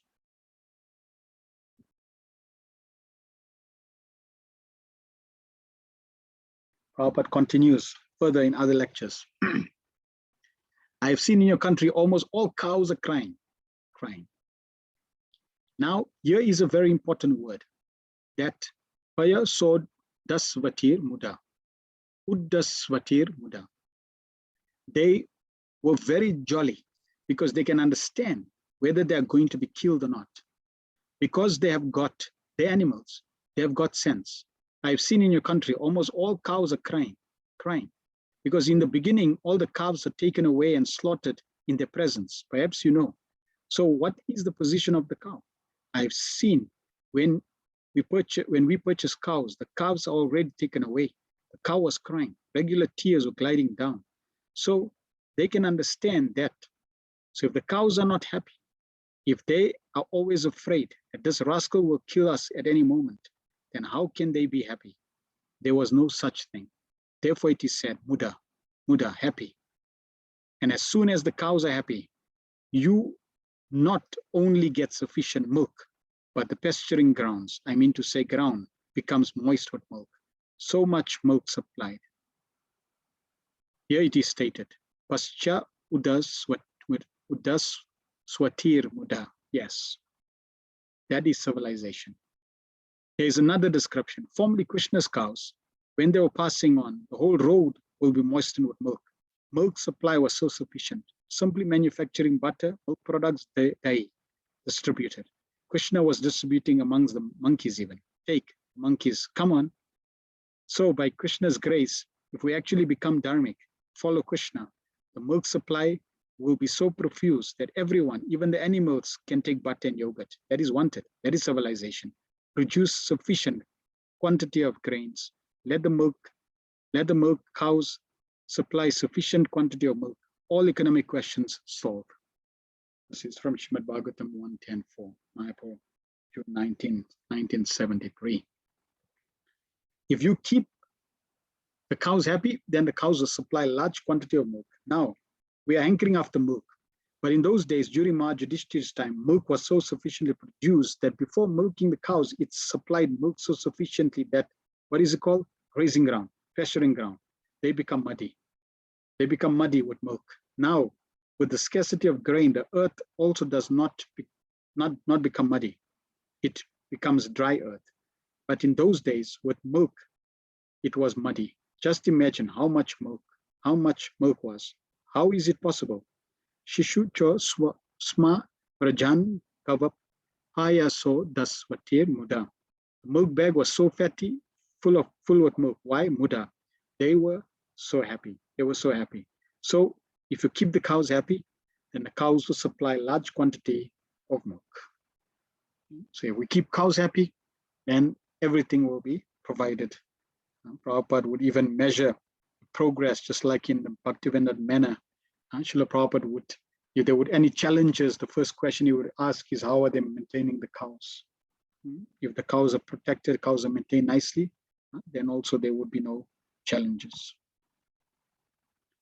Further quotes from Prabhupada's lectures. Krishna is personally teaching how to protect cows. He became a cowboy. So it appears that how much strictly the cow protection was there, so that Gava, Paya, so das Patir, Muda. You will see Krishna. He's always with cows. And how cows look very happy with Krishna. And Krishna is personally teaching how to protect cows. He became a cowboy. He was king's son, Majnanda, but his business was to take the cows and the calves daily to the pasturing ground. And it was very sportive engagement with the cowboys. The cows were grazing, and the boys, they took their meals in a pot tiffin carrier. Not tiffin carrier in those days, some way or other. And they used to eat them, distribute among the friends. Sometimes a tiffin carrier was stolen by one boy, and he was searching, and then it was, so just like the boys do. This was the children's life, to take protection, give protection to the cows and to the calves. The small children up to 6 years, 7 years old, they used to take care of the cows, and the elderly men used to take care of, or the elderly boys, they used to take care of the grown-up cows. Vrindavan is called Vrijabhumi, where there are many cows. So cows were fed very nicely, Vrajan. Therefore, Vrindavan is called Vrijabhumi, where there are many cows. It is called Gokula. Gokula, Go means cows, and Kula means group. Gokula, Govardhan hill, because the cows were grazing on the hill, and profuse grass was being grown, and they were enjoying. So there should be an arrangement. Just like here, we see there are so many open fields and cows are grazing, but they cannot be happy because they know that they are simply raised for being killed. They cannot be happy. Economic problems solved simply by Krishna conscious movement, by this Krishna conscious movement. That was being maintained during the time of Mahayudhishthira. That is being described. Mahayudhishthira maintain this standard of civilization. Just see how the economic problems will be solved simply by one movement, this Krishna conscious movement. Try to understand Mahi, because Mahi will produce everything. Just like here in this Lechmore Heath, there are so much land lying vacant. You produce your own food. Why you are going to London, to the factories? There is no need. Text 5. Nadya samudra giraya savanashpati viruda palantya oshadaya sarva kamam anuvruttu tasyava. By the rivers, oceans, hills, mountains, forests, creepers, and active drugs in every season paid their tax quota to the king in profusion. So now not only the citizens are paying taxes, even nature is duly paying the taxes in these different ways. Since Mahayudhishthira was under the protection of Ajita, the infallible Lord, as above mentioned, the properties of the Lord, namely the rivers, oceans, hills, forests, etc., were all pleased. And they used to supply their respective quota of taxes to the king. The secret of success is to take refuge under the protection of the Supreme Lord. Without his sanction, nothing can be possible. So as we mentioned, nature will automatically align and provide everything in abundance. Just because one is under the protection, one is surrendered to the Supreme Personality of Godhead, and because Krishna is Ajita, infallible, those who surrender to him are infallibly protected. To make economic development by our own endeavors on the strength of tools and machinery is not all. The sanction of the Supreme Lord must be there. Otherwise, despite all instrumental arrangements, everything will be unsuccessful. The ultimate cause of success is Deva, Supreme. Kings like Yudhishthira knew perfectly well that the king is an agent of the Supreme Lord to look after the welfare of the masses of people. Actually, the state belongs to the Supreme Lord. The rivers, oceans, forests, hills, drugs, etc. are not creations of men. They are all creations of the Supreme Lord. And the living being is allowed to make use of the property of the Lord for the service of the Lord. Today's slogan is that everything is for the people, and therefore the government is for the people and by the people. But to produce a new species of humanity at the present moment on the basis of God consciousness and perfection of human life, ideology of God communism, the world has to again follow in the footsteps of king like Yudhishthira or Parikshit. So we don't want the slogan of Prabhupada is quoting, everything for the people, the government is for the people, by the people. It's really everything is for Krishna. The government is for Krishna and by Krishna. So everything needs to be for the Supreme Personality of Godhead. It's for Krishna, and everything is arranged by Krishna for the pleasure of Krishna. So when one has that philosophy, which Maharaj Yudhishthira had, then they can be true prosperity, true happiness. Otherwise, we find that Prabhupada is making very clear, if we try to create economic development by our own endeavors, there will be no success. And we also discussed Prabhupada in his one Bhaktivedanta purport in the early chapters. Prabhupada gave the definition of success. True success means one is fully satisfied. The perfection, the height of success means one is fully satisfied. Tushti, satisfaction. So we see here we got so much technological advancement, yet people are not satisfied. They want more. They are hankering. They're disturbed. They're agitated. They're stressed. They're mentally disturbed. So in this way, we find that there's an imbalance, and that imbalance is because they're not following the system laid down by the Supreme Personality of Godhead. There is enough of everything by the will of the Lord, and we can make proper use of things to live comfortably without enmity between men or animal and men or nature. The control of the Lord is everywhere, and if the Lord is pleased, every part of nature will be pleased. The river will flow profusely to fertilize the land. The ocean will supply sufficient quantities of minerals, pearls, and jewels. The forests will supply sufficient food, drugs, and vegetables, and the seasonal changes will effectively help produce fruits and flowers in profuse quantity. The artificial way of living, depending on factories and tools, can render so-called happiness only to a limited number at the cost of millions. So you see how Prabhupada is very, very clearly understanding the destruction of not being Krishna conscious and ruling with the lack of Krishna consciousness. We see this is the reality. A limited number of people are provided for and given all the facilities, and we find that the lack is for millions of people. So this is the unfortunate situation. This is what modern society or the type of lifestyle that people are currently living leads to just a few getting sufficient, and the rest are being exploited and deprived. Right? We find this disparity of few wealthy, and the majority are below poverty line.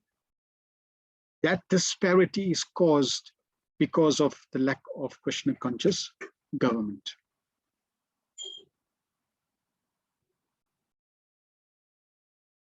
Since the energy of the mass of people is engaged in factory productions, the natural products are being hampered.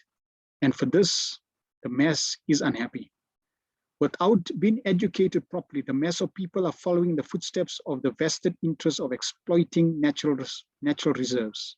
And therefore, there is acute competition between individual and nation and nation. There is no control of the trained agent of the Lord.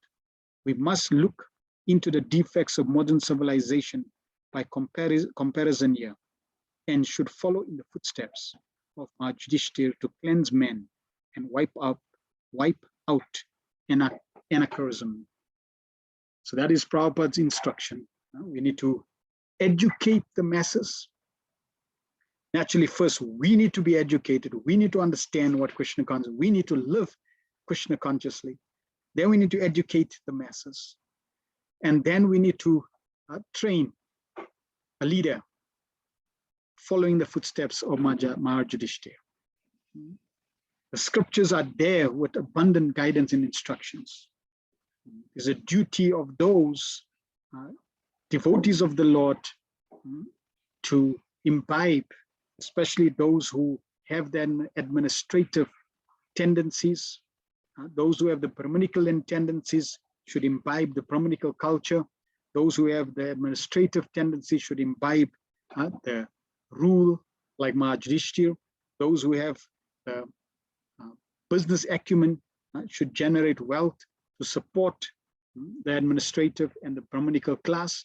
And then those who simply want to follow the other three by hard work and being supported can do this. And when all these four different types of society or types of people follow the king, who is a Raj Rishi, a devotee of the Lord, Mahabhagavat like Maharaj Yudhishthira, then there is absolutely no lack or exploitation, and everyone will be happy. Prabhupada, in his lectures, each and every vegetable creeper has some service we do not know. So everything in nature has to give something. That is the order. Everything that we see, Nadia, rivers, why God has created river, it has got a function. Similarly, Samudra, the oceans. Similarly, the hills, mountains, Giraya, Savanaspati, vegetables. All these vegetables which are growing, each and every vegetable creeper has some service we do not know. Because we do not know the use of these vegetables, creepers, we go to the doctor, physician. Otherwise, if somebody is ill, the medicine is there. We do not know how to utilize it. Still in remote villages, in forests, they do not come to physician doctors. The Bulls, the Aborigines, they know so many drugs. They cured me. The dentist could not. For toothache, we go to the dentist and they extract the teeth. But I have read in Ayurvedic medicine, there's a drug, a root. Only if you touch this side of the mouth, all the germs collected within the teeth will come out. I've seen it. Sometimes in the year 1931 or 32, I had a very severe tooth pain. So I was taken by my servant in the jungle to this idea. They cured me. The dentist could not. I attended so many times to the dentist. I've got my practical experience.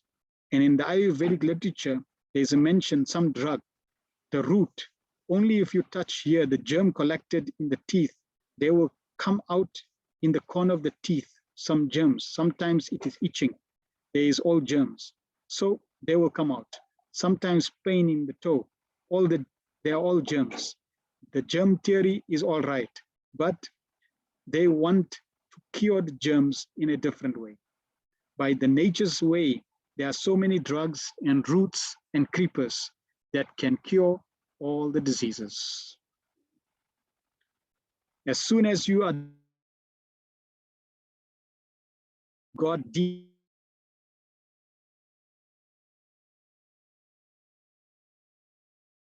and the water is collected on the top of the hill, it is stocked there by God's arrangement, and they come down, just like we, by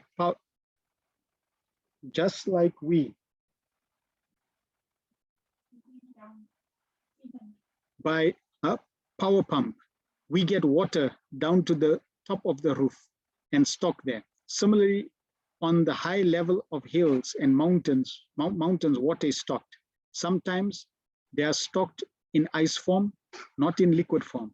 So according to the seasonal changes, the ice becomes melted and the water is supplied.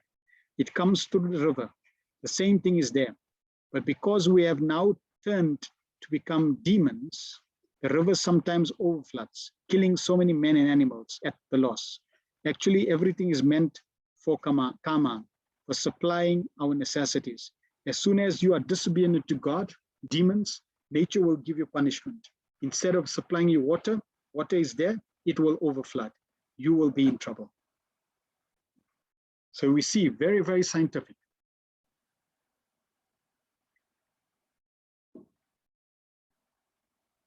If we're Krishna conscious, we get a Krishna conscious result. If we're not Krishna conscious, we get non-Krishna conscious result. So that is why Prabhupada would often say, chant Hare Krishna and be happy. This is how we can be happy. When we all align to Krishna's desire, automatically nature becomes happy, and nature will not retaliate or cause harm. The rivers will serve you, and the hills will serve you, mountains will serve you. Krishna has made arrangement. Krishna is giving us chance, this human form of life, that I give you all facility, all the supplies, necessities of your life. The river will serve you, the hills will serve you, the mountains will serve you, the ocean will serve you, the forest will serve you, the vegetables will serve you, the animals will serve you, everyone will serve you. Now you've got human form of life. You take service from them, live peacefully and chant Hare Krishna. This is the arrangement. But these rascals, they'll not chant Hare Krishna. They want to predominate over these hills, mountains, rivers, and animals. Krishna pumping process is the cloud, is this cloud. The first thing is Nadia rivers. Stock of water is the ocean. And by evaporation, cloud is formed. Just like you pump water in the topmost floor. So Krishna's pumping process is this cloud, pumping process. He is, I mean to say, evaporating water throughout the whole summer season. And they are on the head or the sky. And then the water is distributed over the land. Parjanya. Kamam Vavarsha Parjanya. Because water is required. Just see how nice arrangement. And the water, whatever for the time being in the rainy season is distributed, and for future supply is stocked on the head of the hills and mountains. And from the hills and mountains and rivers, they are supposed to be water supply source. Throughout the year, will supply water. It is stocked on the head. The same principle. If we simply imitate, we also keep a very big tank the house.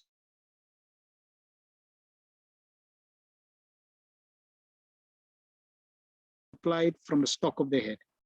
There are big lakes and it is supplied, same process. Why it is salty, it will never decompose. So Nadia, Samudra and Gireya, full cooperation. The stock is the Samudra. And just see that such a huge stock of water is salty. Why is it salty? It will never decompose. It will never decompose. But you cannot take the salty water. Therefore, it is distilled by the sunshine, distilled. You take the distilled clear water. If you directly collect water from the rain, it is distilled water without any contamination, without any dirty things, clear, very nice. Those who have, I mean to say, traveled by ship, you will see the ocean, the sea so clear, water that up to 20 feet, you can see clear water. clear water. The stock, the ocean water, it is very clear. So everything is nicely arranged. Simply, they work nicely when you are obedient to God. You want kingdom of God without God, that is your philosophy. Tools and machinery are already there. But why there is scarcity? Now there is no petrol, whole world. You have got drilling machines, tools, and machinery everywhere, everything. Then why you are in scarcity? Because now Krishna is against you. Therefore, in spite of the oil underground, in spite of tools and machine, you'll starve. This is nature's process. You have created such a situation. Now, in spite of having everything, so that is not been done. Everyone is trying to become happy without Krishna consciousness. Just like in your country, I heard in the Archbishop of Canterbury, there was some meeting. So he said that you want kingdom of God without God. That is your philosophy. Text 6. Nadyo vyadhyaya klesha deva bhutatma hetava ajata satrav abhavan jantunam rajnit karhichit. Because of the kings having no enemy, and because of the kings having no enemy, and living beings, the living beings were not at any time disturbed by mental agonies, diseases, or excessive heat or cold. To be non-violent to human beings and to be a killer or an enemy of poor animals is Satan's philosophy. In this age, there is enmity towards poor animals, and therefore the poor creatures are always anxious. The reaction of poor animals is being forced on human society, and therefore there's always a strain of cold or hot war between men individually, collectively, or nationally. At the time of Maha Yudhishthira, there were no different nations, although there were different subordinate states. So they had divisions, and the states, the whole planet was divided into states. Ruled by different statements allocated by Maha Yudhishthira, who would then give taxes and abide by his rules and guidelines. The whole world was united. The supreme head, being a trained king like Yudhishthira, kept all his inhabitants free from anxiety, disease, and excessive heat and cold. So this was the situation. They had abundant grains, fruits, vegetables, wood, clothing, jewels. There was no disease, no anxiety, no excessive heat or cold. This was 5,000 years ago when Maha Yudhishthira was ruling. And this is why Krishna consciousness has to expand and spread and be established so that people can be happy, people can live peacefully. They were not only economically well-to-do, but also physically fit and undisturbed by supernatural power, by enmity from other living beings, and by disturbance of bodily and mental agonies. There is a proverb of Bengali that a bad king spoils the kingdom, and a bad housewife spoils the family. This truth is applicable here also, because the king was pious and obedient to the Lord and sages, because he was no one's enemy, and because he was a recognized agent of the Lord, and therefore protected by him. All the citizens under the king's protection were, so to speak, directly protected by the Lord and his authorized agents. So we want a king, a ruler, president, prime minister, who is pious and obedient to the Lord and the sages. And if he's obedient to the Lord, he has no enemies, which means everybody follows him, then he'll be recognized even by the agents of the Lord, and he'll be protected by the Lord. And when he's protected, then all the citizens also protected. Unless one is pious, that means religious. and recognized by the Lord, he cannot make others happy who are under his care. There is full cooperation between man and God and man and nature. And this conscious cooperation between man and God and man and nature, as exemplified by King Yudhishthira, can bring about happiness, peace, and prosperity in the world. The attitude of exploiting one another, the custom of the day, will only bring misery. What a wonderful composition. Prabhupada's practically diagnosing, giving the remedy in these purports so beautifully. If the leaders heed these instructions and follow, then yes, the planet can be a happy place. Prabhupada in his lectures says, everyone was free from anxiety, disease, calamities, natural disturbance. So if the government or the chief of the executive power, the king, is just to the point, dharmena, as it was said, abiding by religious principles ruling over the country, then everything, even natural elements, they become cooperative. They must become cooperative.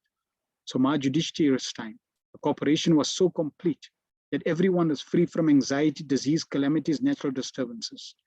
They are always out of the three kinds of miserable conditions. Everyone is in some way or other under these conditions. These conditions means it is these kleshas, painful conditions. They are created by three causes. What are those causes? Deva, Bhutatma, Hetava. Deva means created by the demigods. Deva, Devata. Therefore it is said, there are three kinds of miserable conditions. Deva, Bhuta, Atma. Deva means Adidevika. Bhuta means Adibhautika. And Atma means Adhyatmaka. Adhyatmaka, three kinds of miseries. So we are always in this painful condition, that is material life. So these three in English, suffering caused by natural calamities, suffering caused by other living entities, and suffering caused by the mind and body. But during Maharaj Yudhishthira's time, even these kleshas were not there. This is how wonderful he ruled his kingdom. It's a reflection of his Krishna consciousness. It's a reflection of his surrender to Krishna. If you are in anxiety, then that will create a disease. So, how these people during the time of Maharaj Yudhishthira were free from all kinds of anxieties and diseases? Nadyo vyadaya klesha. If you are in anxiety, then that will create a disease. This physiological condition, psychological condition is working in so subtle ways. Little shocking, little disturbance will create another disturbance. The Ayurvedic medicine, they treat patients on this principle, how things are disturbed. They have got their calculations, kapha, pitta, vayu, three dhatu. This body is a composition of these three dhatus. Yasya atma buddhi kunape three dhatu ke. Kupane. Kunape. This is a bag created by the interaction of three elements, namely kapha, pitta, vayu, bile, mucus, and air. This is Kaviraj treatment. They can understand the position of these three elements by feeling the pulse. This is Ayurvedic science. If one Kaviraj can learn to feel the pulse, he can say everything. So here Prabhupada is making the point that when you are mentally disturbed, then that mental disturbance will then create a physical illness. So all physical illnesses, practically all physical illnesses can lead or can direct one to understand that it's caused by some distress, some mental illness, some psychological disturbance. So if one is happy or healthy mentally, then that also aids a happy and healthy physical body.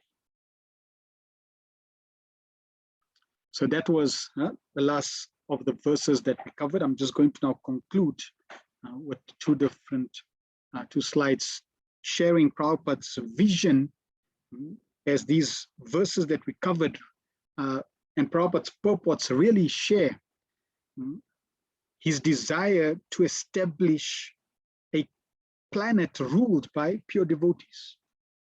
That was Prabhupada's desire. And for him to do that, he had to sow the seeds,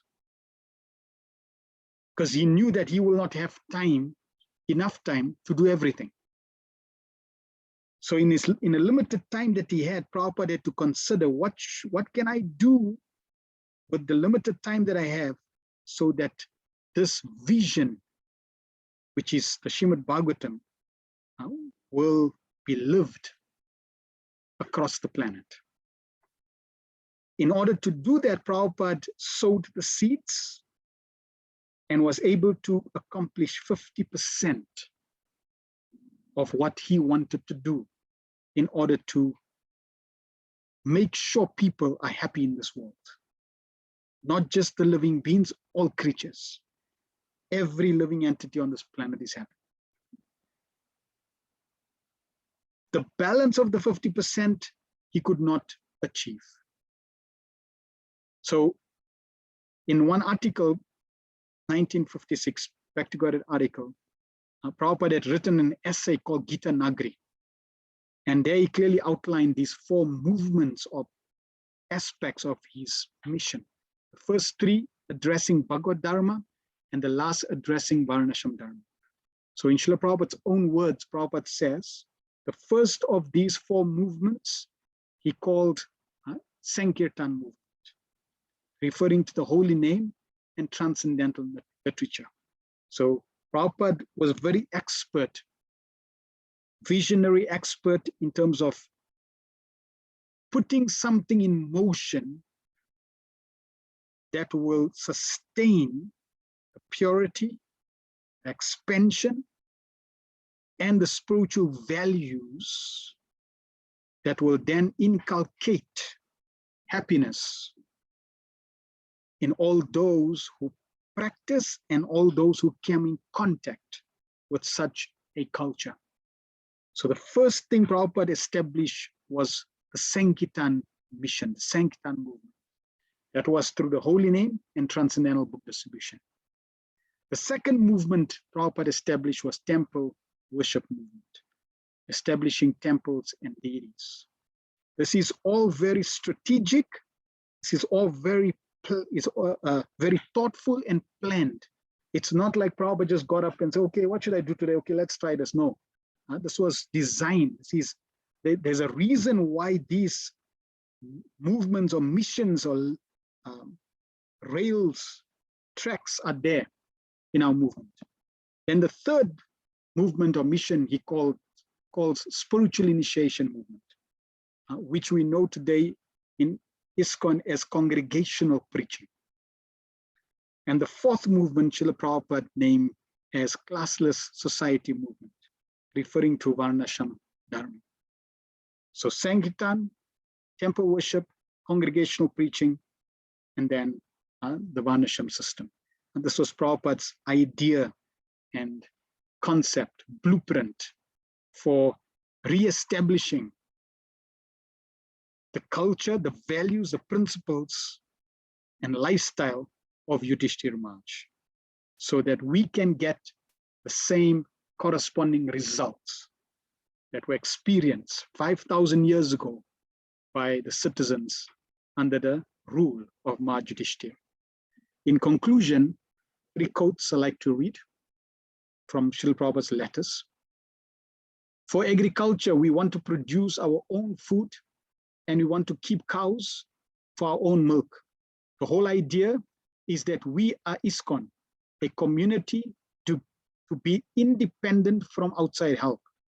This farm project is especially for the devotees to grow their own food, cotton also to make their own clothes, and keeping cows for milk and fatty products. Our mission is to protect our devotees from unnecessary heavy work to save time for advancing in Krishna consciousness.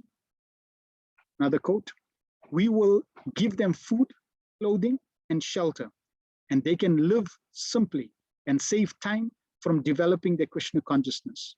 Do this, then our movement is successful. Our only motive is how to interest people in Krishna consciousness. That's all. There is no economic problem. We can produce our own food and clothes gradually and save time for spiritual life. Final quote. We are developing a plan to be self-sufficient, namely to produce our own food grains, maintain cows for drinking milk, and weave cloth for garments. We have plans for erecting a magnificent international city based on this Vedic culture. Jai Shri Prabhupada ki jai, Grantaraj Srimad Bhagavatam ki jai, Ma Yudhishthir ki jai, Dai Gok Pramanande, Hari Hari Bol. Any questions, comments anyone has? You can unmute yourself also if you want to speak, and you can also type in the chat. You can type in the chat your realizations or comments from what we have covered in these amazing purports. Srila Prabhupada has definitely given so much. It's inconceivable. Inconceivable. Any questions or comments?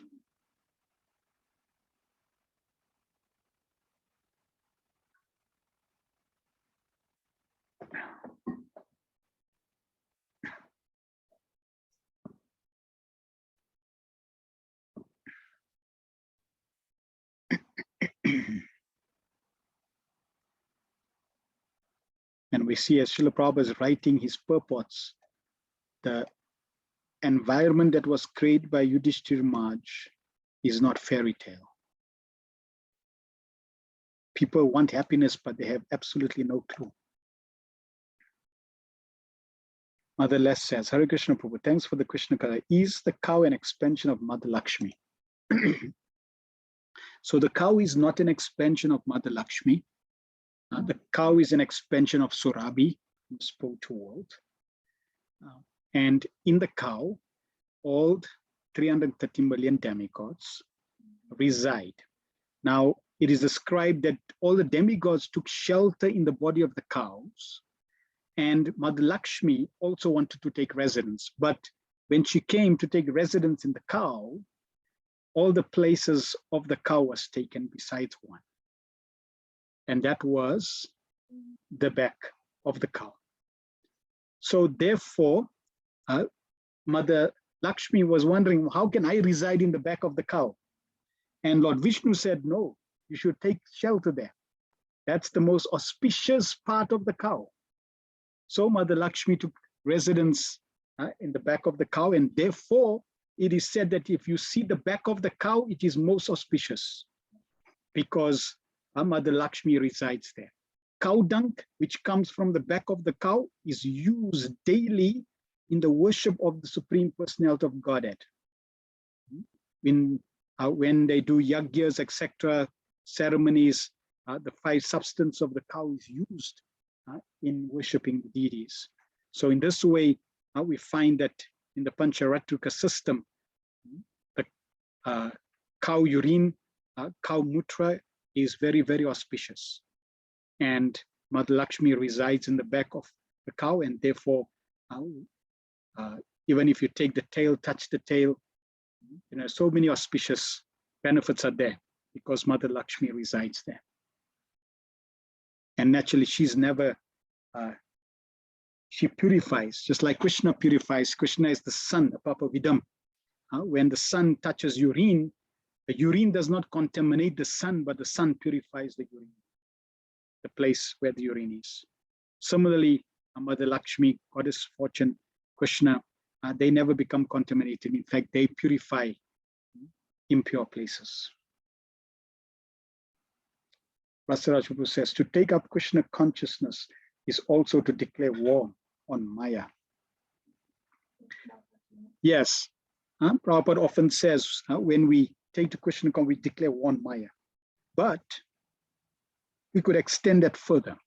So when we take up Krishna consciousness, declaring war against Maya, because Maya's business is to keep you in the material world.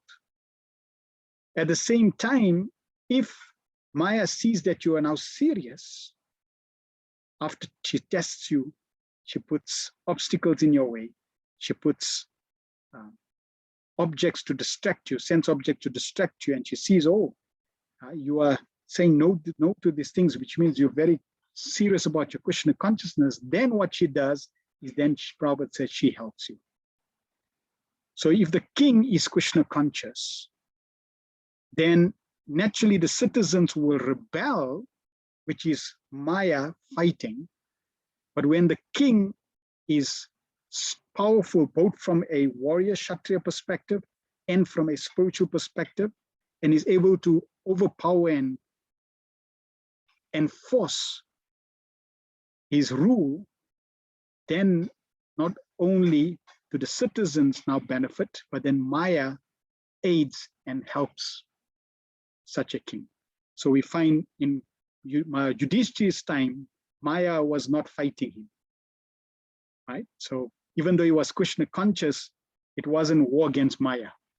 In fact, it was Maya that Maya was very happy that they were performing yajna, they were performing Krishna conscious activities. She was not exploited, she was happy. That is why she was giving so much in abundance. So Maya Devi was very, very happy. As people become more demonic or kill animals, etc., exploit, dig her in different places, she suffers. So yes, both is there, and in the beginning, she will retaliate to see if you are really Krishna conscious. Hemavati Vadika says, absolutely brilliant class. Thank you so much, Prabhu. Srila Prabhupada gave us everything in the most perfect way. So wonderful to hear. Yes, Hare Krishna. Thank you. Shamananda Prabhu says, many thanks for all this info with us. We are eternally indebted to Srila Prabhupada for giving us all this information to turn things around and re-establish Yudhishthira's reign. No one before or since has given us such facts and knowledge. So we offer our thanks many times, Srila Prabhupada. How far close are we to re-establish this type of setup on a global scale? Very, very, very far. What do you know about global scale? Let's just talk about South Africa. What do you know about South Africa? Let's just talk about Gauteng. What about Gauteng? Let's just talk about one state, one center, right? Lens, Sandton, Pretoria, Soweto. We have a long way to go, extremely long way to go. And we may not even see this develop in our lifetime. It will take few lifetimes, few generations. That's why I made the point, Prabhupada had planted the seeds. How long does it take for a mango orchard to grow? Mango tree to grow? You have to plant the seed. That's the first thing. A Chinese bamboo takes 5 years to grow. And when you plant a Chinese bamboo, you have to water it every single day and nothing happens. You don't see anything. You don't even see a seedling come out. You don't see a shoot come out. Nothing. And you're wondering, is it dead or am I planting? What's happening? Am I watering? Did I plant the seed or is it dead? Am I watering? Is my watering benefiting? You don't see anything. But after 5 years, all of a sudden, that bamboo shoots up within 7 weeks. It's 23 meters high. So, like that, Prabhupada had planted the seeds. So the seeds are planted. There's no doubt about that. Srimad Bhagavatam is on every continent.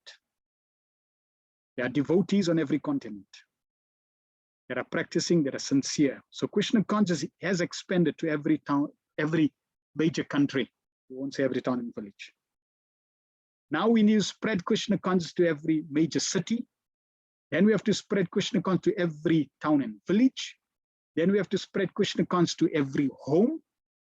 And then from every home, we can then get votes to select an ideal leader who has imbibed both in terms of spiritual education, shastrically well learned, he's practicing nicely, he's pure, he's powerful from a Kshatriya perspective. We can vote for him. Then we can have ministers who are Krishna conscious, and then we can roll out Prabhupada's plan to govern the planet. No doubt it will happen because the golden age is predicted for the next 10,000 years. So we don't know when it's going to happen, No doubt it will happen within the next 10,000 years. We can assist now by ourselves practicing Krishna consciousness and by expanding the mission in different capacities according to our abilities and talents and resources to serve Srila Prabhupada, spread this knowledge, and connect people to his lotus feet. This is how we can assist. But from a global scale, yes, we unfortunately not there. It's a journey. Prabhupada had this vision, and he wasn't discouraged by that fact. Now, Prabhupada did say that Krishna can give you the whole planet in 18 days. And then Prabhupada said, if Krishna does give you the whole planet in 18 days, what you going to do with it? You can't run one center. How are you going to run a planet? So that's the challenge. That means we need to qualify ourselves. And Prabhupada also did say that if I have 18 pure devotees, I can rule the whole planet. So the goal is we need to become pure representatives of Krishna. Mind, body, and words. Wholesale. Surrendered to Srila Prabhupada. Simply wanting to please him. Understanding what he has given us. Applying that. Living Krishna consciousness. And if we can do that individually, collectively, then we can assist Prabhupada in fulfilling this amazing, large, big-hearted desire that Srila Prabhupada had to make the whole world happy and Krishna conscious.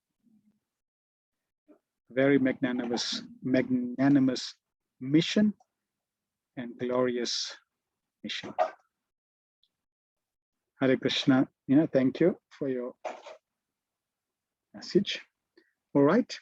If there is no other questions or comments, thank you very much for all your feedback, questions. Next week, we will continue.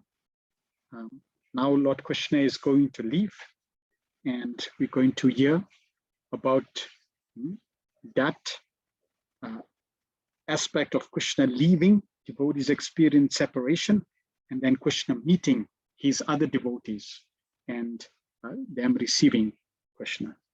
We'll continue next week. Thank you very much. Srila Prabhupada ki, Srimad Bhagavatam ki, Jai Nitai, Go Pramanande. Hari Hari Bol.